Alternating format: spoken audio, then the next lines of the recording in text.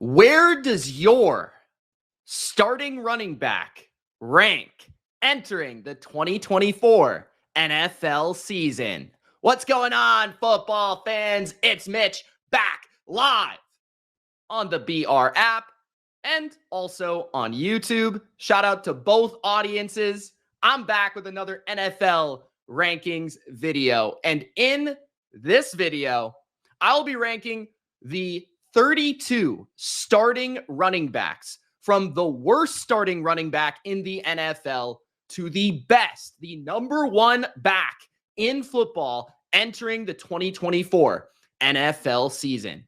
How I look at the running back position, 3 different categories make up my rankings. And trust me, running backs are really difficult to rank because there's a lot of guys that were injured, who are coming back, that missed games, who were really efficient in the games that they played, but they didn't have a full scale or season to look at.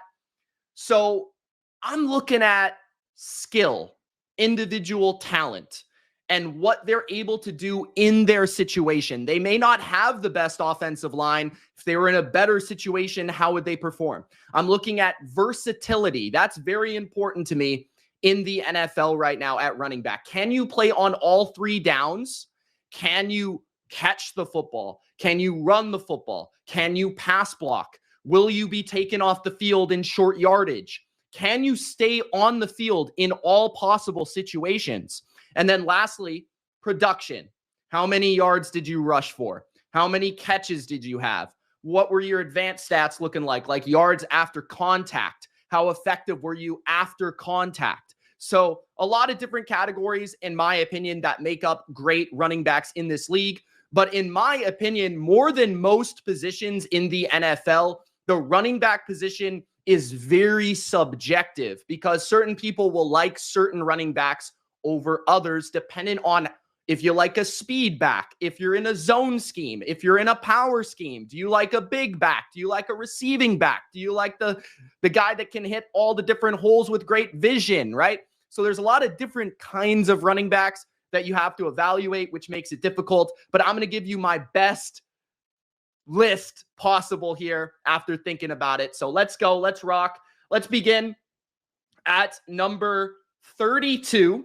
And guys, make sure to react in the live comment section right now on the BR app. Let me know how you're feeling about my list. And number 32 is a tad bit different or controversial just because I don't think he's listed as the starting running back of his team. But I think it will be pretty quickly where he is adjusted to become that starting running back. And I'm talking about Chase Brown of the Cincinnati Bengals. The only reason that Chase Brown is the worst starting running back in the league is because he's had by far the least amount of experience and production. So I couldn't really list him that high on the list. But in terms of a player that's explosive, has very good vision to find holes, is a little bit on the smaller end, but he is going to be an absolute beast in the receiving game for Joe Burrow. Look out for Chase Brown when it comes to screen passes, little dump-off passes, the magic that he can make with the football just on a 1-yard catch, turn it into a 7 or 8 or 9-yard catch. That's going to be drive starters for this offense. A lot of people believe that Zach Moss is going to be the starter, and I very easily could have listed Zach Moss as the starter here, but I believe that Brown is more talented, more explosive, on a per-play basis, a better player. And so I believe that Chase Brown will eventually become the starter of the Bengals. He had 11.1 yards per reception in his rookie season, which is outrageous, right, as a running back, and 3.27 yards after contact per attempt, which ranked in the top 10 in the NFL. So yeah, Chase Brown is for real. He's not a guy, in my opinion, that's going to be carrying the ball 20 times a game, but with like 12 touches a game, he's going to be very effective. So Chase Brown is my number 32 kicking off the list. At number 31, I'm going with the Dallas Cowboys, Ezekiel Elliott. Yes, Zeke is not what he used to be, quite obviously. There was one time that Zeke was arguably the best running back in the NFL. Back in 2016 through about 2019, he was one of the best running backs in the league alongside names like Le'Veon Bell and Todd Gurley. But those days are long gone. And now Zeke has become more of a backup. But last year on my Patriots, I actually felt like he played pretty well, and honestly, maybe better than the year previous on the Cowboys, playing kind of split time with Tony Pollard. And the most impressive aspect, I think, of Zeke's game last season was his receiving element. He was able to catch the football a lot, 51 receptions out of the backfield for the Patriots in a lot of games where they were trailing. And that's the other thing with Zeke. I think the thing that the Cowboys will like about him is you can play him in any situation. Obviously, they're comfortable with him. They know the personality. They know the player. They know what works with him. They know what doesn't work with him. But even at this age that Zeke is at, he's still able to play on short yardage. He's still able to play in the red zone. He's still able to get that 3rd and 2 if you need him to. He's still able to play in the 2-minute situations. He's a really good pass blocker.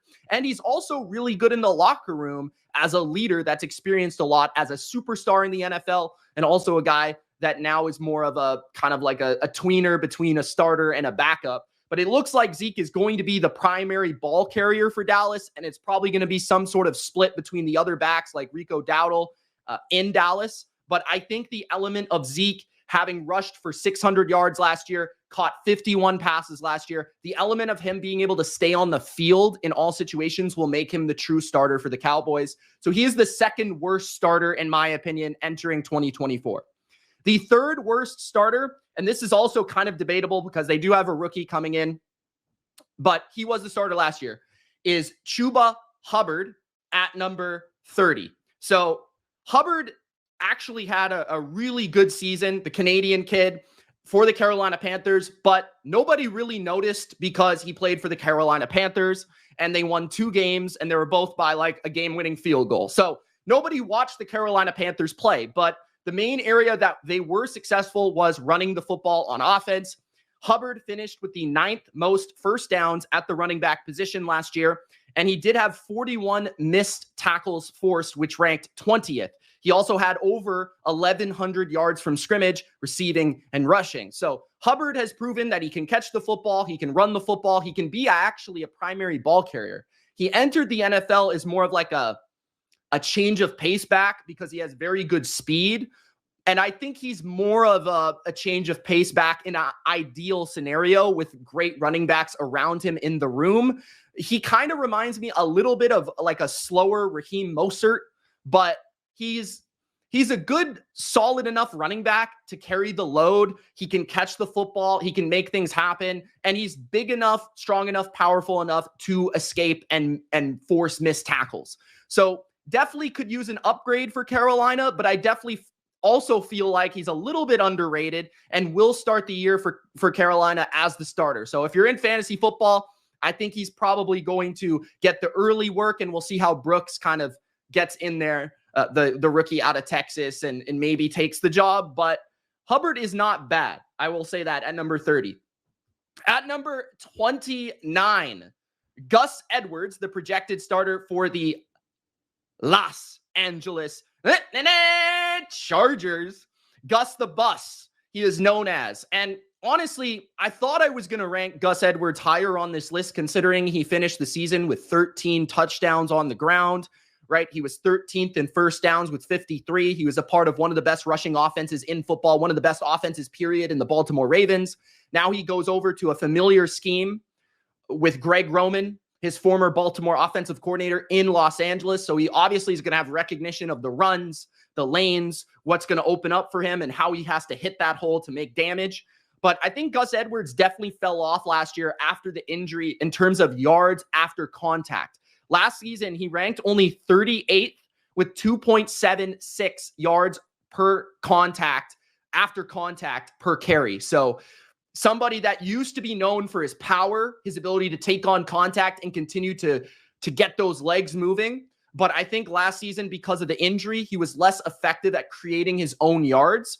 And oftentimes I feel like he's been a back that's been very system oriented.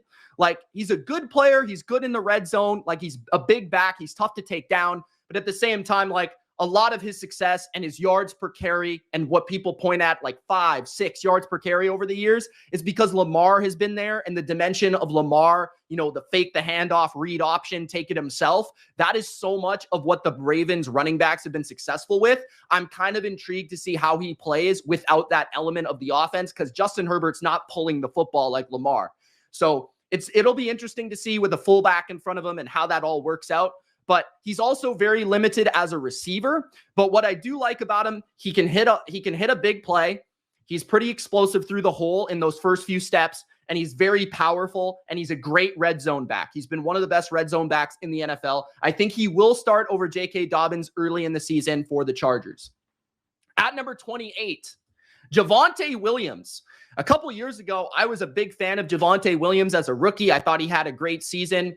But honestly, like, Javonte Williams did not play well at all last year for the Denver Broncos. He saw 264 touches coming off of another injury-riddled season, and he was not good. Like, he was just like 264 touches. He really didn't create. I think he had like 3.5 or 3.6 yards per attempt. Like, his numbers were very inefficient.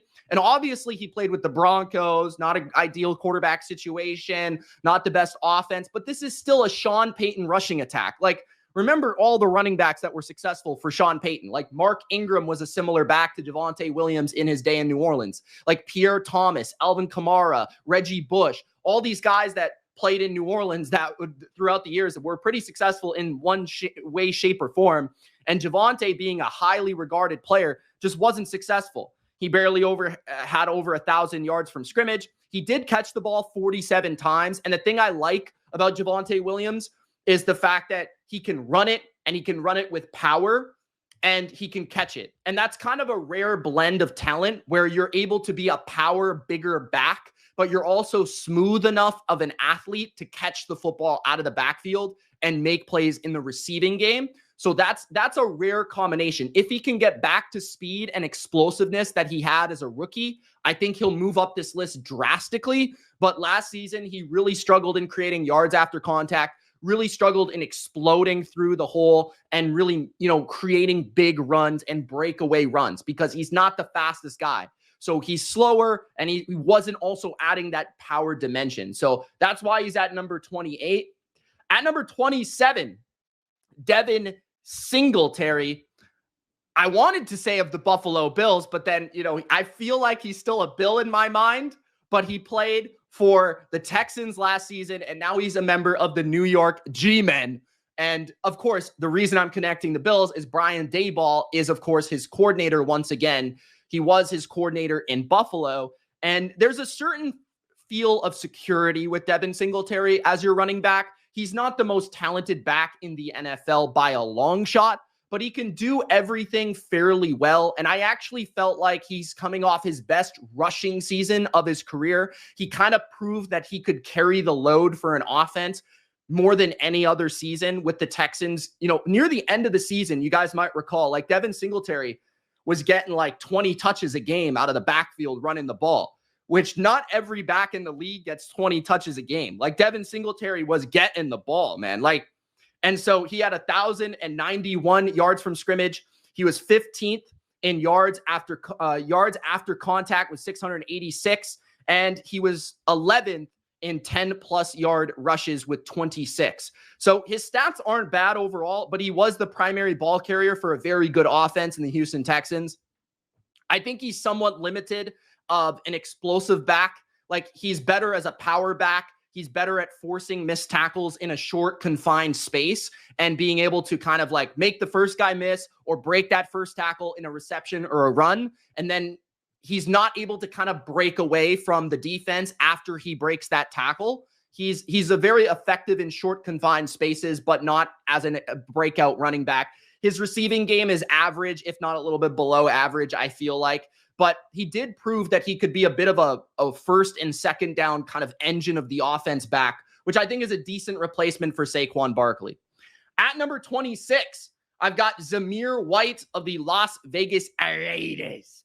Zamir White is at number 26. I'm just a big fan of him. He hasn't proven much in terms of production or longevity throughout his career. Obviously, he only really started 4 games last year, but it's important to understand that in those 4 games, he was one of the best pure rushers in the NFL near the end of the year. Like, he had 2 100-yard games in 4 games that he started last year for Josh Jacobs, and he looked like the better player, honestly, as a rusher than Josh Jacobs, who was the NFL's leading rusher the previous season. And we'll get to Josh Jacobs and where he ranks on this list in terms of, like, Jacobs had a really rough year last year, but he's still a very talented player. That's why the Packers signed him. That's a controversial one. But Zamir White, just to look at it, so 2 out of 4 starts, 100 yards. He went off against the Chiefs in that game, a big spotlight, primetime Christmas game, I believe. And he had 3.2 yards after contact per attempt, which was 11th in the NFL. So he's a big back. His name is Zeus for a reason. He's muscular. He's compact, and he's got enough breakaway speed to do damage. Once he gets past that first initial contact, he's able to actually break away for a pretty good gains. Now, where he's very limited is he is not a receiver of the football. He is not a refined route runner. If he did have that aspect of his game, he would be, have a lot of potential in real life and in fantasy football. But I think he's kind of limited to a first and second down role in the NFL. But I think because he's so strong, so big, and pretty fast, he's going to be able to be a very effective, especially in this power running scheme of the Raiders where they want to run the ball 25, 30 times a game. I think he's going to be hugely impactful. So I'm projecting a little bit here at number 26. At number 25, I've got Brian Robinson of the Washington Commanders. Robinson and White are very similar players. I think Robinson has more versatility and has proven more throughout his young career. The incredible comeback with Many Men by 50 Cent playing before the comeback. And we've got, Brian Robinson being just that kind of also entitling his performance on the field. Like, he is big, strong, powerful, great after contact. He ranked 22nd in that category this season, and he was one of the primary ball carriers on first and second down in the league. You look at 1,101 yards from scrimmage, 9 total touchdowns, 36 catches. So I think he has a little bit more well-rounded to his game than Zamir White. I think Zamir White is a little bit more straightforward, straight ahead power back. While Robinson, I think, dances a little bit more. He's a little bit quicker side to side and horizontally. I think he's also pretty good at catching the football in, screen situations and dump offs. He's not going to be like Marshall Faulk or anything like that, or Brian Westbrook, but he's good enough to get the job done. And once he gets the ball in his hands, he's a terror to take down. So at number 25, Brian Robinson, the starter of the Washington Commanders. At number 24, number 24, we've got DeAndre Swift of the Chicago Bears. DeAndre Swift was, in my opinion, a much improved rusher of the football. And he always kind of looked like a really good receiver, somebody that was really awesome to watch in terms of making people miss and creating yards after catch and that dimension of his game. But last season, as a member of the Eagles, I felt like he really improved in terms of his power football, in terms of breaking tackles, in terms of even just taking on contact and falling forward. To me, Swift in Detroit, he was injured a lot. He couldn't stay on the field, and he was very much a third down back who's catching the football, good in the screen game, good route runner. I think he's somebody that is a well-rounded back that could play on all 3 downs. I just kind of feel like he's not as good as some of the others. And this is really the area of a tier break, where at number 25, kind of had guys that were somewhat limited or not as athletic or not as dynamic. But I think Swift is an all-around back that maybe is not just as explosive or as powerful or as fast straight ahead as some of these other guys. But last season, he did have 268 touches, which far surpassed any season of his career with the Eagles. He had 1,263 total yards from scrimmage, and he had 65.6 rushing yards per game, which, considering what he did before that, I was very impressed with how far he came in that area of his game. But I think he's going to be an important dimension to Caleb Williams' offense. in Chicago because he's going to catch the football out of the backfield, be able to play on all 3 downs. And I think he'll be a bit of a security blanket. And I think he'll work well from a lot of the gun offense that the Bears are probably looking to run there. So I'm intrigued by that fit in Chicago. Now we're going to go back to the graphics with number 23, Tony Pollard. Number 23 is Tony Pollard of the Tennessee Titans. I actually really like Tajay Spears, and I could see Tajay Spears end up being the starting running back for the Tennessee Titans.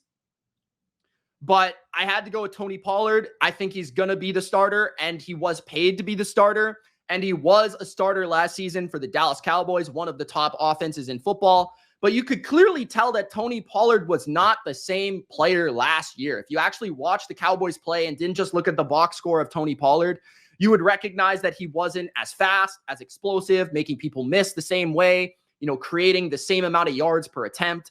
All those things were down for Tony Pollard. But what he did prove that he could take on 300 touches in a season.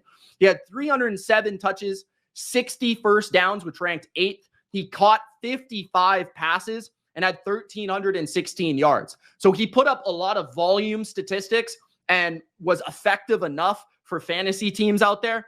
But in terms of real life, it was just absolutely frustrating to watch him because it felt like if Tony Pollard from the year previous was playing for the Cowboys, he would have had like 2,000 yards. Like he would have been going off. He would have been just torching the NFL. But of course, he had the really important, crucial Achilles injury, which I think a year removed, a full season under his belt post-Achilles, I think is going to make Tony Pollard a better player. Now, that might not happen. He might just completely fall off. He might be a disaster. But he's still young enough to where I think his body has adjusted. I think he's going to be a better player with a full offseason to strengthen up his lower body and to get more explosive and to get that speed back and to really work into his game once again. So yeah, the frustration being last year, he could have been way more effective, way more efficient. He just wasn't, although he was given the load because obviously Zeke left. So in Tennessee, I think he's going to split a little bit more time. I don't think he's going to be getting 300 touches, but I still think he's proven that he can do a little bit of everything out in space. Tony Pollard has been dangerous throughout his career. So years previous, I would have had him higher, but I just was disappointed by his effort last year. At number 22, I've got Alvin Kamara, or if people are still calling him Kamara, whatever. Alvin is on the list at number 22. And this is, I think, probably the most overrated running back in the league because people think of him from like 4 years ago or 3 years ago or whatever. And he's just not the same player. Like, yes, he gets a ton of touches still. He catches a ton of passes. And that's the area where I still really like Alvin Kamara is his ability to catch the football, his ability to run routes, his ability to be dangerous in terms of vision, reading screens, and being able to explode that way. But as like a first and second down ball carrier, he's highly ineffective. The last couple of seasons, he's been like just overrated from a rushing standpoint. And he's just not a running back throughout his career that's been able to be a 3-down player. He's always been at his best as somebody that you take off the field in certain situations. You let the bigger back kind of carry the load of the offense like the Mark Ingram. You put Alvin in there for the highly efficient snaps where he's catching a screen or he's running the football or he's running an option route where he's really, really good, right? He still had 75 catches, but a majority of those were a lot of dump offs by Derek Carr. Like Derek Carr was just like throwing the ball, check down, getting a completion, starting drives. Sometimes it would be on a high leverage situation like a third down, but I really felt like he's fallen off the last couple of years in terms of explosiveness, in terms of power, in terms of yards after contact. All those things have regressed in his game. I still think he's a capable 3-down player. I still think he could start for some teams, but I think he's more relevant as a third down back or like a receiving back at this portion of his career. That's just my opinion though, and you may disagree. At number 21, Najee Harris of the Pittsburgh Steelers. Harris was a first-round pick, I believe the first pick of his draft at the running back position ahead of Travis Etienne in that draft class, I believe. But Harris has never really lived up to the hype. I think he's been a good player, but he clearly has one inefficiency in his game that holds him back from being a very good running back. right? He's never rushed for less than 1,000 yards. Last year, he formed one of the best tandems in football with Warren coming out of the backfield. But I think a lot of Steelers fans would argue that Jaylen Warren was more explosive, like more effective. Every time they gave Warren the carries, he was the better player. Like, so yes, Harris gets more touches. He is the starter technically. He is a good player. I think he's a better power back. I think he's a really good power back. And he's also a really like I talked about with Javonte Williams, for such a big back, he's actually probably the strength of his game is taking like a swing pass and then making the first guy miss and creating some yards out of that pass. Like, he's really good at making the first guy miss. But the problem with Harris is that he's just not very fast. Like, every time he'll catch a pass, he'll like make a guy miss or like hurdle a guy or run over a guy, and then he'll instantly be caught because he doesn't have that breakaway speed that Warren or some of these other running backs have. So yes, I think he could play on all three downs. I think he is a decent enough pass blocker. I think he's a big back that could get you yards in short yardage. But I think Warren, the other back in his Steeler offense, was arguably more explosive, more efficient, and more exciting to watch. So Harris is a tricky one, and when you look at missed tackles forced, 9th, yards after contact, 5th, very good in those categories. He's a big back that's pretty quick side to side, but when it comes to exploding, he's just not very effective. So his speed holds him back on my list. I like speed. At number 20, entering the top 20 is Isiah Pacheco of the Super Bowl champs, the Kansas City Chiefs. Pacheco is very hit and miss for me. I feel like I love the way he plays. I love the style at which he runs, but I also feel like at times he's very good. At other times he's not. I think he lacks a little bit in the vision category. Like, he's a very much of a madness runner. He's very fast. He's very explosive, and he runs with anger and ferociousness, which you have to appreciate. But he is somewhat of a limited player in terms of, like, I don't think horizontally speaking, like stop, start, readjust your run, he's the best. I think straight line, he's really fast, really explosive. And I think as a receiver, there's a reason why the Chiefs have not trusted him thoroughly as a 3-down player, having guys like Jerick McKinnon, Clyde Edwards-Helaire, trying to mix those guys in because of their pass blocking dimension, because of their pass catching understanding and their route running crispness. But I always felt like every time Pacheco does get the ball in some sort of receiving situation, he is very efficient with it. It's just that he's not running a lot of like very elaborate or receiving option routes or anything like that, right? A lot of his receptions are very like screen based or very near the line of scrimmage. So very good player when it comes to yards after contact. He was 3rd in the NFL in total yards after contact. He's very good at hitting a home run. He was 3rd in the NFL in 10+ yard rushes. And he was one of the best in first downs as well, 7th. Now, he's also a big product of the Mahomes offense. Obviously, teams are not paying attention to Isiah Pacheco because they're trying to stop Travis Kelce and they're trying to stop Patrick Mahomes and they're trying to stop that first. So Pacheco is obviously benefiting from having the best quarterback in the NFL on his side, but he is still pretty talented. At number 19, a guy that missed a lot of last season, Rhamondre Stevenson of my New England Patriots. And I felt like Stevenson in 2022 was like one of the 12 best running backs in the NFL. But last year, he really didn't play as well when he played. And obviously, he missed a lot of time. So it's really difficult to grade him last season. But what I love about Stevenson is I think he's highly, highly underrated as a receiver. He's capable as a big back who's also like, he's got all the dimensions to be a very, very good running back. He's got breakaway speed, kind of very subtly got breakaway speed. You'll see him break away on outside tosses and stretch runs. He's also got enough power to work in between the tackles. He's got really deceptively quick feet to be able to cut back and find the lane to run. And he's also really underrated as a receiver. In 2022, I believe he was like top 5 in receptions. This past season, he had 38 catches in only 12 games.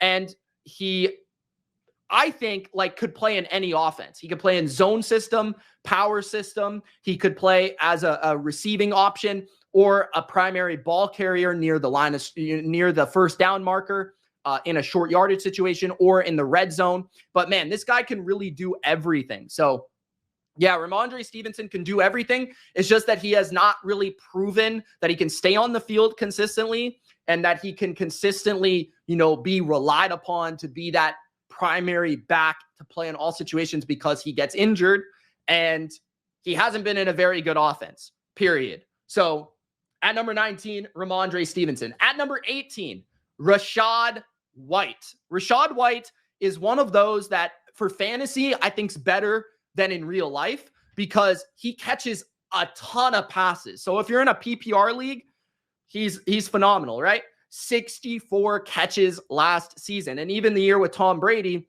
as a rookie, he ended up taking the starting job from Lenny Fournette, I believe, and then becoming a really good option down the stretch. But the thing with Rachaad White is he had 336 touches last year, but he's just very inefficient with 90% of those touches. I actually felt like he got better near the end of the year as more of an explosive option. But as a ball carrier, I think he's like one of the worst 3-down ball carriers in the league. Like he only had 3.6 yards per carry. He was 76th in yards per contact per attempt. So he's not a very powerful runner and he's not the fastest runner. He's not the most explosive. But what I love about him is he's a pass blocker. He's a pass catcher. He's a good route runner.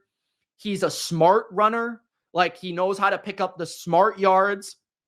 And I think he's got pretty good feet where he's able to like stop, start, and redirect. But he's not the most explosive. He's not the most efficient as a runner. But I would also say that that has a lot to do with the Tampa Bay offensive line. So you're kind of like taking some things and eliminating some things. Like Rachaad White, I believe, has not been given any favors by his offensive line. The offensive line in Tampa has been horrendous running the football. Like they've been 32nd in yards per attempt the last couple of years. So yeah. At number 17, Joe Mixon. Joe Mixon is at number 17. And Mixon is still a very good running back, but he's certainly not the same player. And he was very difficult to rank on this list because he's going from Cincinnati to Houston. And the one thing I'll say about this is Mixon is getting older. So I definitely took that into account, okay, to lower him down the list. All right. But Mixon, I love the way he plays. Like I've always loved Joe Mixon. I think he has incredible vision. I think he's got incredible feet. And he's one of the most clutch running backs in the sport. He also has a good combination of, subtle movement and ability to stop, start with good power to his game. He's also a very fluid pass catcher, although he is not given the same opportunity as many other top running backs to catch the football or run a lot of routes. Maybe we could see that expand in Houston and maybe his ball carrier nature maybe lessen a little bit. But the area I think Mixon has definitely slowed down a little bit is the ability to explode and create big yardage out of his carries or attempts. Last season, he had 12 touchdowns, very effective in the red zone, 52 catches, and 1,400 yards from scrimmage. He had 59 first downs, which was 9th in the NFL, and he had 27 10-plus yard carries, which was 10th in the NFL. So very good statistically overall, but again, he was on the Bengals and, as the primary carrier, the primary back. So a lot of those things are going to factor in. But I really like his game. I just feel like he's getting older. He's nearing 30. There's a reason the Bengals didn't really want to keep him around.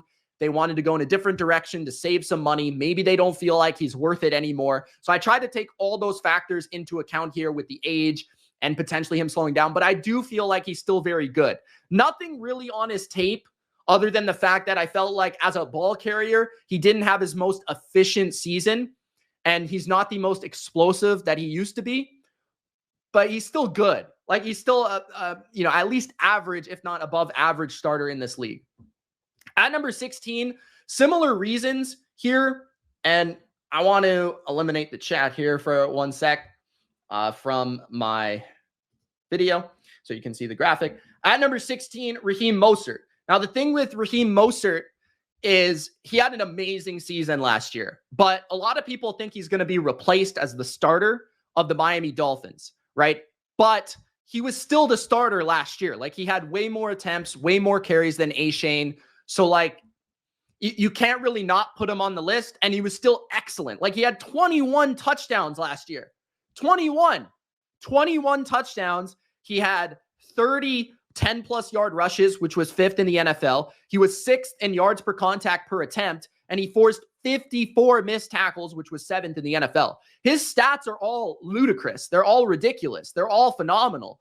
But the thing with him is, like, he's in a system that is very good for running backs, and it allows him to shine with his speed and his ability to get outside the tackles and get free lanes to run where he's able to showcase his speed.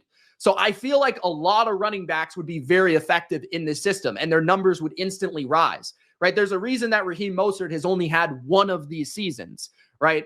And then secondly, he's not, he wasn't counted on to be a pass catcher very much in the offense. I think he had around like 30 catches.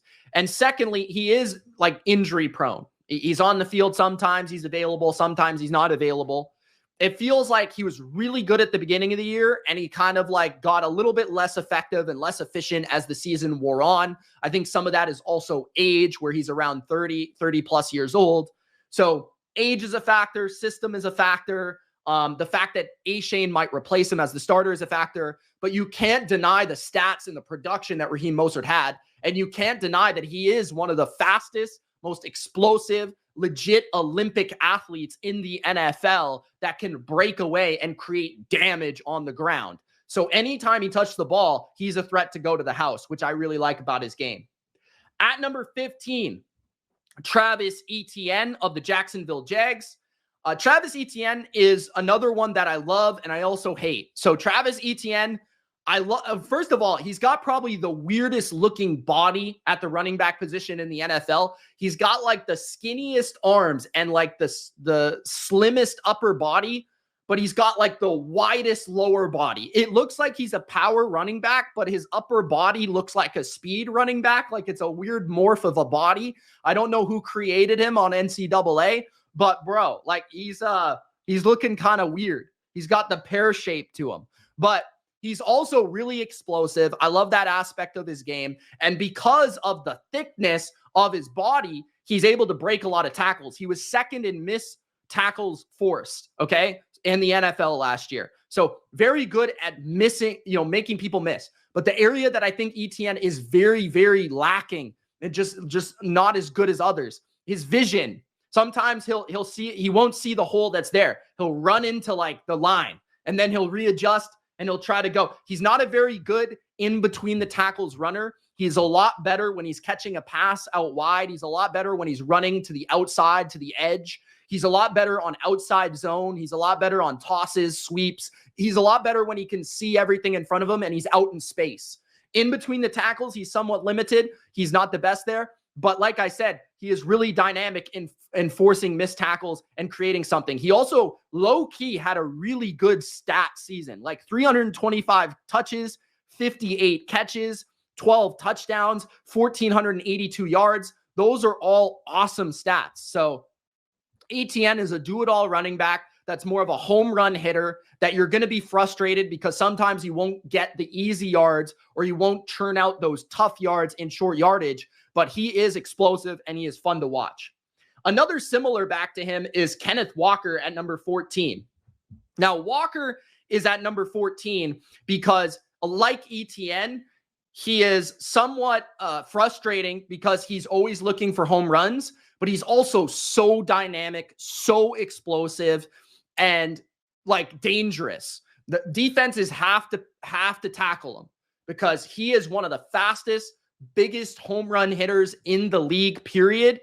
And I feel like the only thing that's holding him back last year was injuries. And secondly, his receiving game. They have not trusted him to develop as a receiving option in the offense and become a primary pass catcher within the offense, which is a bit frustrating. Maybe he doesn't hold those skills, but I'd like to see him at least be given a chance.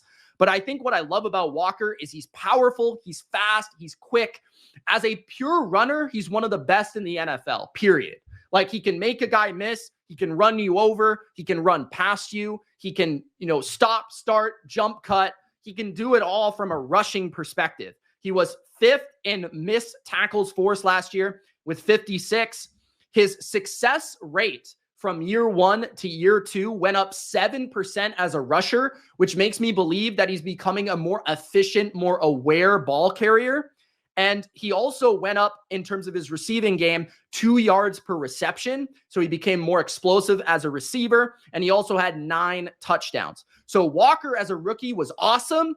This year, I felt like, or this past season, 2023, he didn't put up quite the statistics in volume, but I felt like he was a more effective player overall in many dimensions. At number 13, this one might surprise some people, but trust me, don't sleep on James Conner. James Conner had one of the best seasons for any running back in the NFL last year. So this is really one that's really tricky because Conner has not been known. He's played a lot of years in the NFL. He has not been known as a top 15 running back. I have never ranked him here.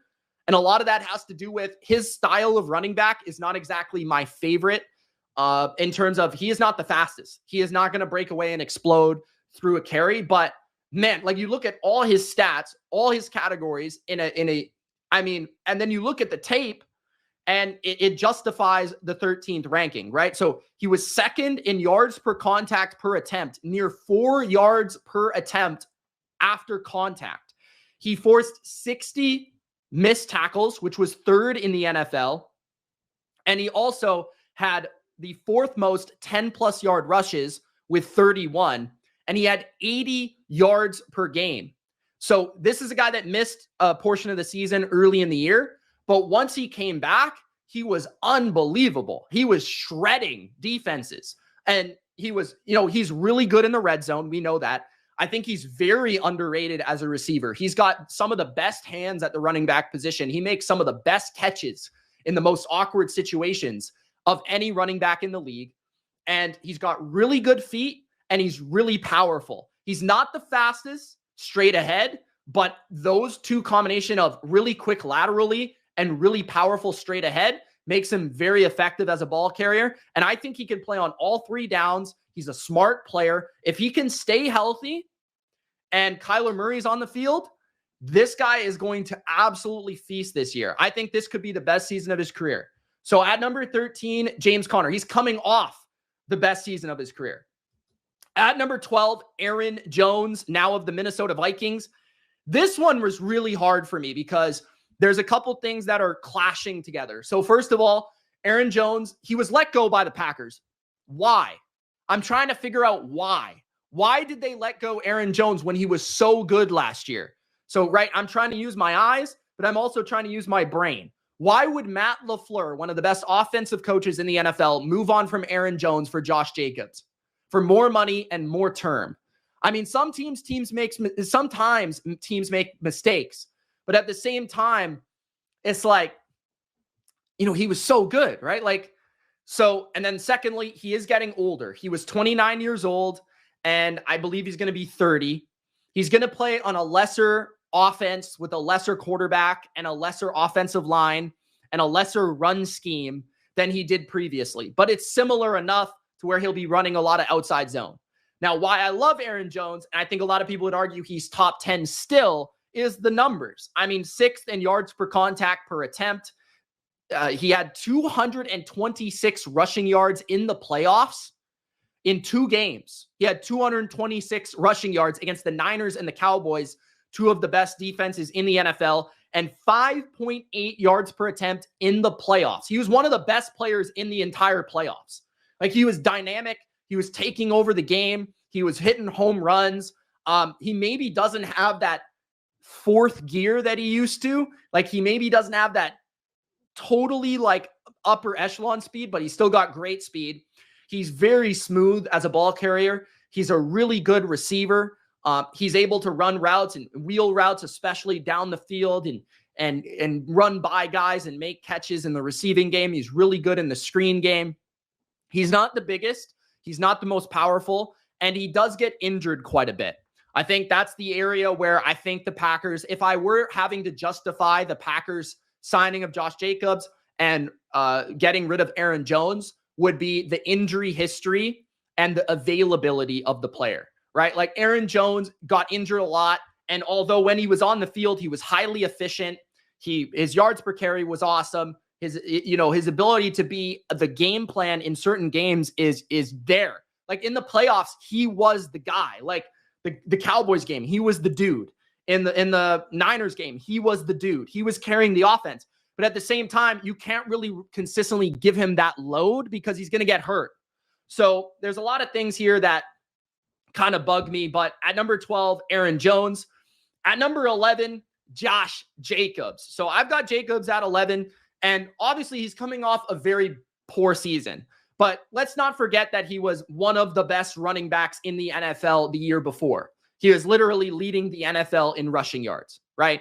And the thing I like about Jacobs is at his best, he's a 3-down player. He's got really good feet, really good power. He's hard to tackle. He's going to be great in Green Bay. So this is a little bit of projection as well. But I think he's going to be able to, unlike Aaron Jones, you can put the entire offense on him. He's going to be on the field. And when he's in condition, which I felt like last year, he was kind of a little bit fat, a little bit chubby, a little bit out of shape. And he wasn't the same player as his career season. But he can play on all 3 downs. He can run routes. He can catch the football. He's a power back. He's great in the red zone. He's great in short yardage. Like when he's on his game, he's phenomenal. He's one of the best backs in the NFL. But because of last season, I move him outside the top 10 because his efficiency was way down, right? Like 53rd in yards per contact per attempt is horrible. His yards per attempt was only 3.5, but he did have from a volume standpoint when he played 62 yards per game, 37 receptions. So still his volume was still there. It was just that the efficiency was down. And I think that was because he was coming back from a holdout. He was injured. So there was things going on there that kind of corresponded with a weaker season. But obviously, you've got to take everything into account. He's only like 25 years old, so age is not a factor. He's going to a great system, a great offense. I think he's going to be awesome. And I think where he is actually an upgrade from Aaron Jones is in January, right? Like in December, in the cold. He's the type of running back that defenses do not want to tackle. They don't want to mess with Josh Jacobs. So, yeah, he's at number 11 for me. All right, entering the top 10 in the NFL at number 10, James Cook of the Buffalo Bills, an ascending young running back that I think is going to have an excellent season in 2024, and he's coming off a really breakout season in 2023. James Cook was second in 10-plus yard rushes, sixth in first downs, 1,567 yards, 44 catches. Volume, it's there, 1,100 yards rushing. Yards per attempt, it's there, right? Efficiency and volume. James Cook had an amazing season. Now, what I love about James Cook is he's a really good receiver and he's a really explosive rusher. He combines both elements. He's maybe not somebody that's the best in power scenarios or yards after contact scenarios, but in zone heavy systems or where he sees a lane, he is very explosive. He's a lot like his brother Dalvin Cook, where if he has grass in front of him, he is going to really take advantage of that grass, okay? So I love his ability to run routes. I love his ability in the screen game. I think he's got excellent vision. I think he's got very good feet. I think James Cook is low-key an excellent player and really going to ascend this year. So at number 10, I've got James Cook, really looking forward to him becoming the engine of the Josh Allen attack. I will mention that he did not score a lot of touchdowns last year because Josh Allen obviously is the main kind of red zone back for them, as well as the fact that I would also say that any ball carrier that's along with Josh Allen is going to be more efficient because Josh Allen is an absolute monster. Okay, so not only in the passing game, but in the running department. So at number 10, James Cook. At number 9, Jahmyr Giibbs, which a lot of people may say that Jahmyr Giibbs does not belong in the real life top 10 running backs in the NFL because he has not had enough statistical evidence, but that's only because he's splitting with David Montgomery. And yes, David Montgomery had more work last year, but I'm projecting for 2024, okay? And Jahmyr Giibbs is a phenomenal player. I mean, his talent is off the charts. Like, his explosiveness is like top notch, like one of the best running backs in the NFL already. Like his vision is up there with the best of them. 5.2 yards per attempt in his rookie season, 52 receptions, 11 touchdowns, and he was third in 10+ yard rushes. And even his volume stats, considering like he split time with another running back, is very good. Like he nearly had 1,000 yards. He had over 50 catches. So, you know, like he still had enough volume to justify this position. If he gets just a little bit more work, this guy is going to be like all pro type of caliber player. He is just a threat on every play to do a lot of damage. And I think he might become like the primary player outside of Amon-Ra St. Brown in the offense this year. He's a good route runner. He is a good pass catcher. He does maybe need to work a little bit on his power element of his game, but his smooth and swiftness in terms of his ability to stop, start, and, horizontally make people miss with jump cuts and like jukes and things like that, he is up there with the best. So I loved him coming out of Alabama. He was justifiably a great pick in the first round. And I think he's going to be one of the most dynamic running backs in football in the coming years. Okay. At number 8, Kyren Williams of the Los Angeles Rams. So I have Williams at number 8. And this one was tricky because from a statistical perspective, he was probably like top 5, top 6 last year, top 3 maybe for some people. But it's only been 1 year, right? And 2, the system is really good for running backs. Like Sean McVay could basically take any running back. I think he took like CJ Anderson, was it, 1 year off the couch, and CJ Anderson was running for like 200 yards in a playoff game or something. So like Williams definitely is aided by the system, but there's no denying that he led the NFL in rushing yards per game at 95.3, nearly 100 yards per game. He is, I think, like a bowling ball style of runner. He is more of a power back in a small frame, a little bit of a muscle hamster type. He's not the fastest, most explosive carrier of the football, but he's highly efficient in terms of getting yards. Like he's one of the best running backs, in my opinion, at finding the tough yards within the run, especially, in between the tackles. His ability to see a lane in the zone scheme, cut it back, right? Like follow his blockers and be able to like knock a guy down, get an extra yard. His ability to make that subtle move within the hole or within that tight confined space and get that extra yard or two is a major skill for him. I think he's a better pass catcher than his stats would say. I definitely feel that way. He really, I thought like he ran like every run was his last year. Like this guy was very entertaining to watch. And he is the engine, in my opinion, of one of the best offenses in the NFL entering 2024. Very excited for Williams at number 8. It's just that he does not have enough longevity or enough proven track record for me to justify that he is a top 7 player. But he's also like, and also just some of the areas of his game where like he's not the most explosive. He didn't have the most catches or receptions, or receiving area was a little bit down towards others in terms of versatility. So there's areas that just keep him a little bit lower than I would have liked to put him. I almost put him a little bit higher.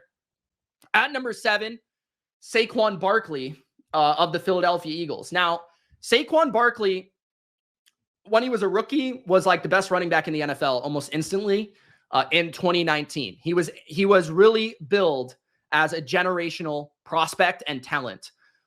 The problem with Saquon now is that people still bill him at that status, although he has not been the same player thanks to injuries. But at the same time, he's still a very good player that few can replicate because he does everything well. Like Saquon can hit a home run still. He's still really good in terms of power and yards after contact. He is very good at making people miss. He can pass block. He can catch the ball. And I think the most underrated area of Saquon is he's a really good receiver. Like he's a really good route runner out of the backfield. There's some highlights from last year. Like even if you watch, like I think there was one against Washington, he runs like a almost like a double move or like some sort of like a corner route out of the backfield. He just routes up a guy. Like he's really good at the nuances of the position. And he did rank 7th in rush yards per game, 719 yards after contact, which was 2nd among running backs with 14 games or less. So if you're saying that Saquon has lost a step, I think that's true in terms of his straight ahead speed and his ability to just get home run after home run, where he was just like, as a rookie and early in his career, he was like the breakaway running back. Like he was like, wow, that's an 80-yard touchdown. If Saquon hit a hole, he's gone. Now he's not as fast. I think he's more of a power-based player in terms of like, before he wasn't really, it was more like straight speed and quickness. Now he's got a little bit more power and he's kind of become a little bit more gritty. And he's also had to learn how to play in a really bad offense with a really bad offensive line. Like anyone that's going to quote like yards per carry or anything, throw it out the window, because like the offensive line of the Giants is so bad that you can't even like really justify, like any running back would struggle in that situation. So I'm really looking forward to how he plays in Philadelphia with a good offensive line in front of him.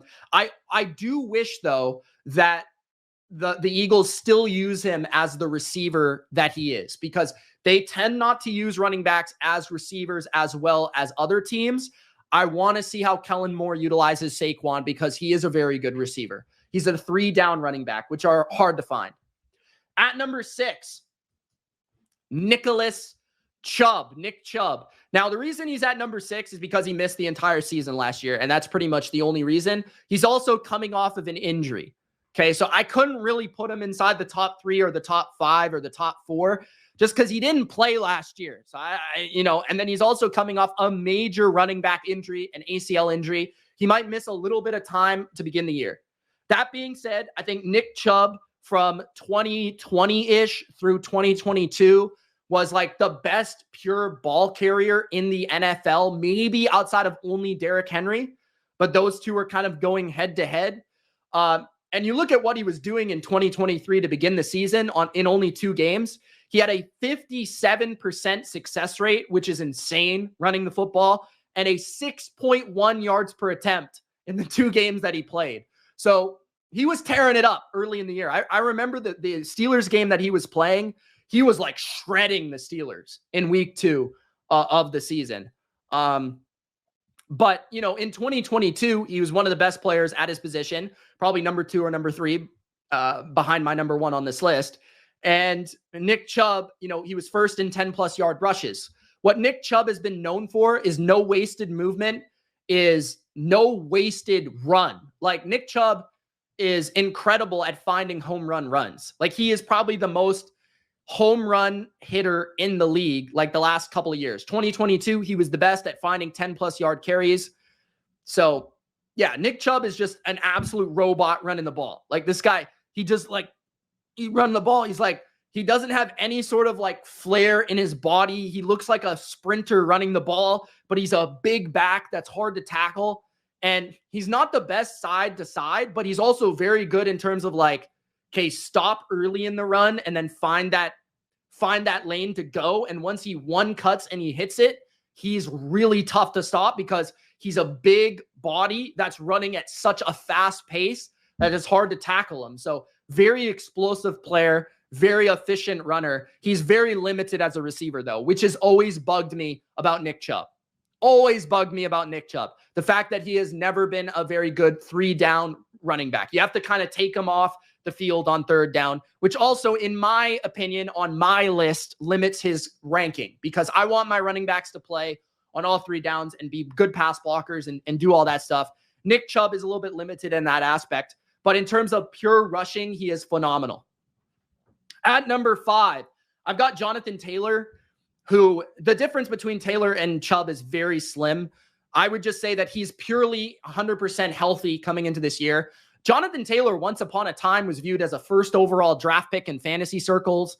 He was, arguably the best running back in the NFL in like 2021, right? So like Jonathan Taylor has been one of the best running backs ever since entering the league. The last 2 years, though, he has been injury riddled and holdout riddled as well. So that's what's held him back, is just not being able to stay on the field and really prove his worth. But what I will also say about Jonathan Taylor is he finished last season on a tear. He had 188 yards per game in a must-win game against the Texans on 30 carries. He was the entire offense for the Colts in that game against the Texans. He had 188 yards. And last year, despite missing time, he still had over 3 yards per attempt after contact, right? 3.12 yards per contact per attempt. So, I mean, that's crazy. 13th in the NFL. Taylor, what I love about him, he's, again, like Nick Chubb, very similar, super explosive runners. Like, they hit home runs consistently, and they're also very powerful. Taylor, I think, is better with like the stiff arm and like shoving people aside and breaking a tackle with strength as opposed to speed. And he's also very good at turning in a broken tackle into a big run.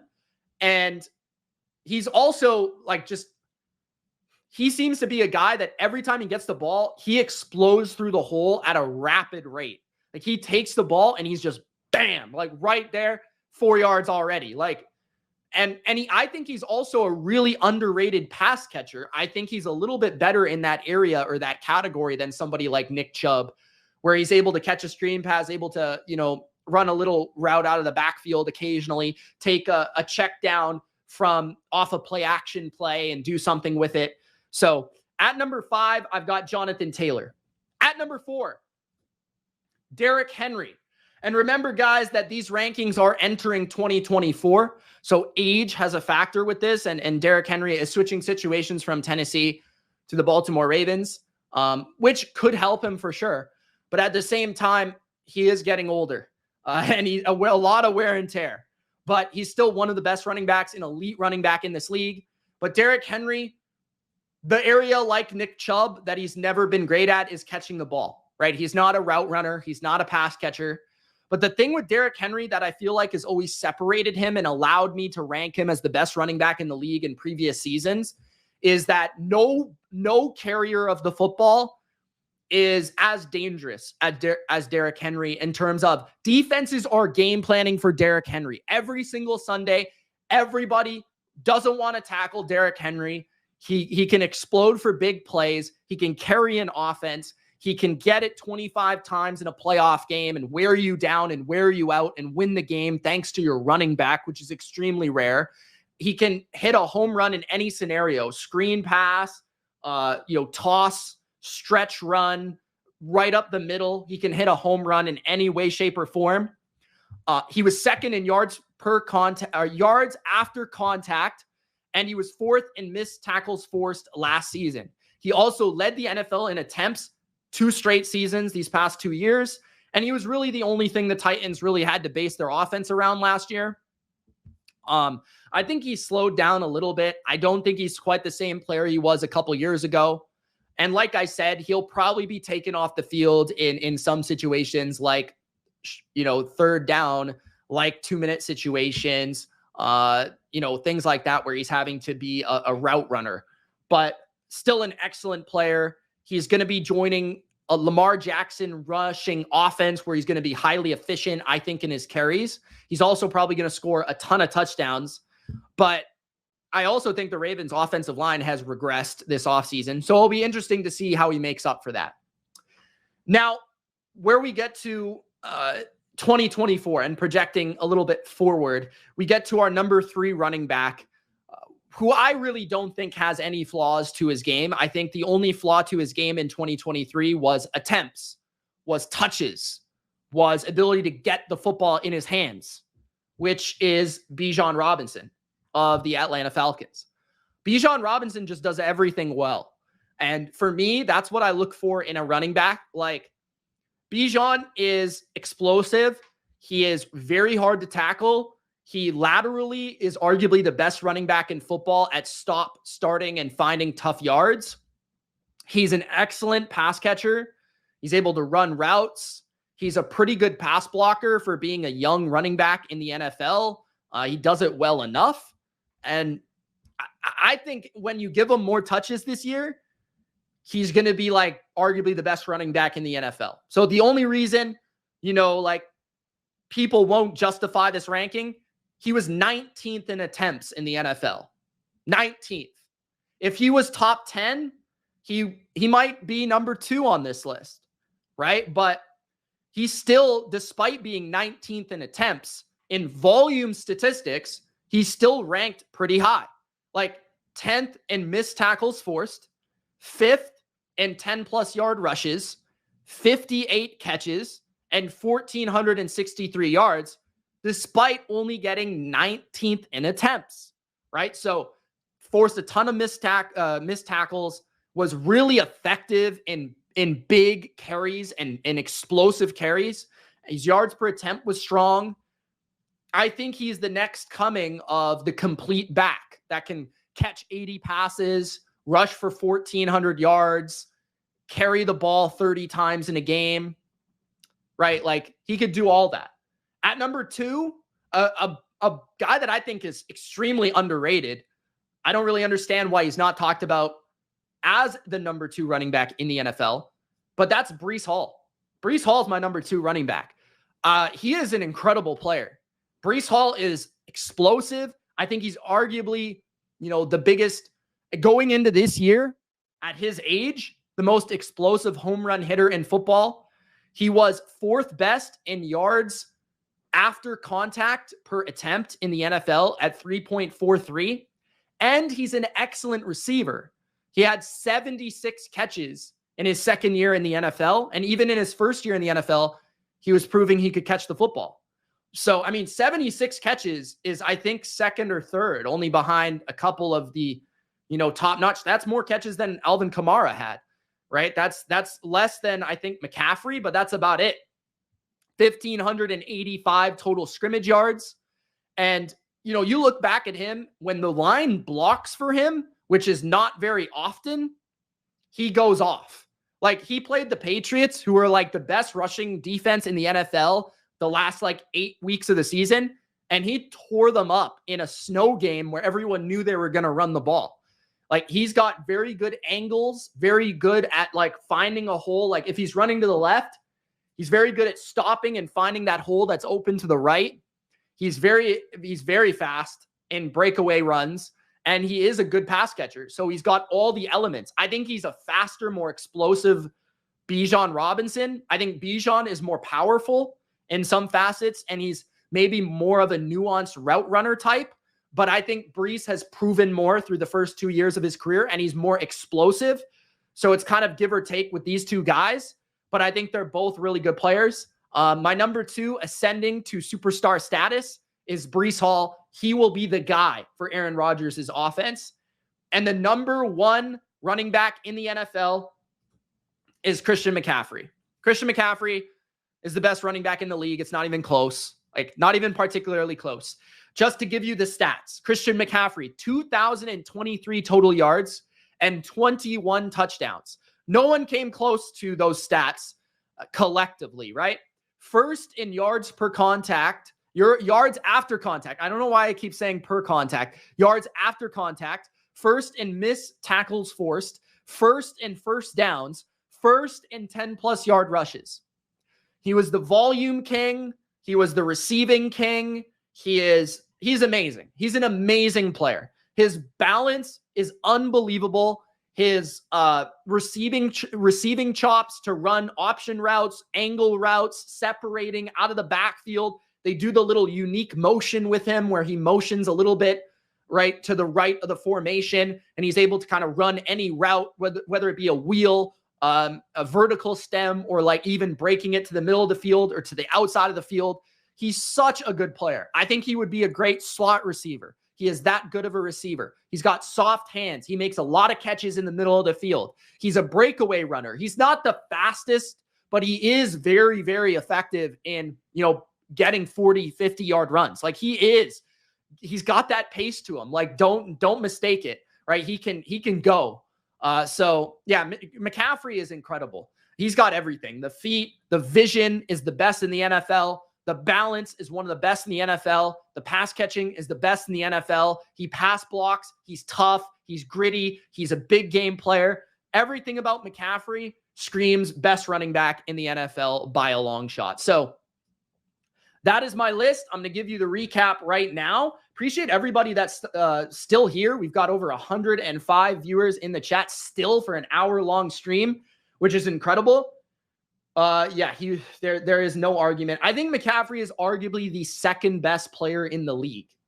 I think regardless of position, he might be the second best player in the NFL. You look at the running back rankings here. So let's start at number 32. We've got Chase Brown of the Cincinnati Bengals. Some people think Zach Moss will be the starter. I think Chase Brown's going to take it over relatively quickly. At number 31, back in Dallas, Ezekiel Elliott. At number 30, the Canadian Hubbard. At number 29, Gus the Bus Edwards.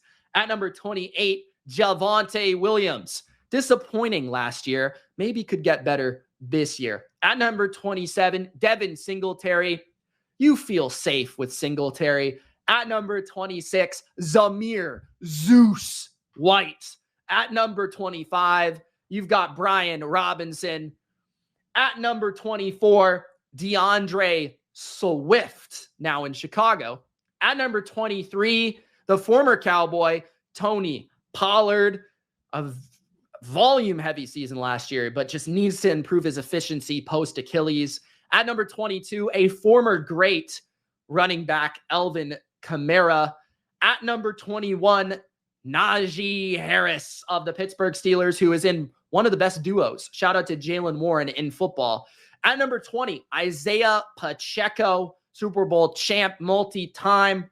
Could have the best season of his career in 2024. I want to see him become a more featured element of the offense. At number 19, he does it all well, but can he stay on the field? Rhamondre Stevenson. At number 18, Rachaad White. Not one of the most efficient ball carriers, but a 3-down back who's a great receiver. At number 17, I love Joe Mixon, and CJ Stroud will too. At number 16, Raheem Mostert, Olympic sprinter and a true home run hitter for Mike McDaniel. At number 15, Travis Etienne with the most awkward looking pear-shaped body you've ever seen at the running back position. At number 14, an absolute assassin of a ball carrier, Kenneth Walker, one of the best pure ball carriers laterally and vertically in football. At number 13, maybe the most underrated ball carrier in the league, James Conner. At number 12, Aaron Jones. He's getting older. He's switching teams. The Packers let go of him for a reason, probably because he gets hurt too much. But man, is he so good when he plays. At number 11, last season's leading rusher for the Raiders, Josh Jacobs, referring to 2022. Had a rough 2023, but I think he'll bounce back in a big way in 2024. Entering the top 10, one of the most underrated young ball carriers, James Cook. Smooth, silky. James Cook can catch the football and can create explosives. At number 9, Jahmyr Gibbs has all the potential to be one of the best running backs in the NFL as both a rusher and a receiver. Think Alvin Kamara, but with next level speed. At number 8, Kyren Williams of the Los Angeles Rams, Sean McVay's new feature back who can run the football with power, with patience, and with aggression. At number 7, Saquon Barkley. He has not been the most efficient as of late, but now give him a good offensive line, and I'm excited to see what Saquon can do with a good offense around him. At number 6, Jonathan Taylor, maybe one of the best running backs of the past couple of seasons. He's just been injury-riddled. He's had some off-the-field holdout things, but when he's on the field, he is dynamic as a rusher, underrated as a receiver, and a game plan running back that can carry a team. At number 4, Derrick the King Henry, still one of the 5 best running backs in the league. Not, of course, the most known for his receiving chops, but as a breakaway runner and a power rusher, he must be taken seriously. Still, at number 3, Bijan Robinson, projecting a little bit here, but Bijan was highly efficient as a rookie. He will be given more attempts, more touches, and just doesn't do anything not at a high level. Catches the football, runs routes, gets tough yards, breakaway yards. He's quick, he's fast, he's powerful. He's a Longhorn. Bijan Robinson. At number 2, Breece Hall, one of the most explosive rushers of the football in the NFL, a very underrated receiver with over 75 catches last season. And anytime he gets the ball outside, on outside zone, on any sort of outside run, you better look out because he might get to the house. And at number 1, you've got by far the best running back in the league, no debate, not even a question, the newly married Christian McCaffrey. Still looking for that Super Bowl ring, but man, he might be getting a gold jacket as well. So there is my recap, my list. Appreciate you guys watching. Thank you so much. I'm going to answer some questions real quick here, just in case you have any. So if you do have any questions, I will answer them right now. And thank you to everyone that did watch. Kamara at 22. Yeah, he's just not the same player, man. Like, you look at his numbers in terms of like yards after contact, his yards per attempt numbers, his rushing statistics are just not the same. He's not as efficient. He's not as good. He's an excellent receiver, still does that very well, but he's not the most explosive player any longer. Still got good vision. Like, to me, he's just not the same. He doesn't force as many missed tackles. He doesn't make as much happen. Like, there's things that I feel like he's just not as good at anymore. He's a really big name and everybody loves him, but I used to love him. He used to be a top 5 running back in the league. He's just not that anymore. Eckler, my thoughts on Eckler. I think he's washed. And Zeke. I think Zeke's better than Eckler right now. Zeke, I was actually pretty impressed with when he was given the opportunity with New England to be the starter. I think he's still better because he's more effective as a short yardage ball carrier. Eckler, I just don't think has any speed left. He is very slow. How is Saquon behind Henry? Because Henry was better last year than Saquon, and they were on equally bad teams. Henry was better in terms of yards after contact in missed tackles forced. He was a better overall rusher. Saquon does catch the ball better. No debate about that. And Saquon will be on a mission, as Coach Laxer brings up. But Henry, he's just like undeniable, like an amazing pure rusher of the football, carries his team. So yeah, you look at the advanced statistics, and that's where the separation between the two exists, in my opinion. Henry is just a better overall runner of the football still. But I like both of the players. I think they'll both be great this year. So Saquon could be better in 2024. This is not a fantasy list. This is a real life list. So, but yeah, it's Henry and Mitchell are the best running back duo. It depends if Mitchell is healthy. I really like Mitchell.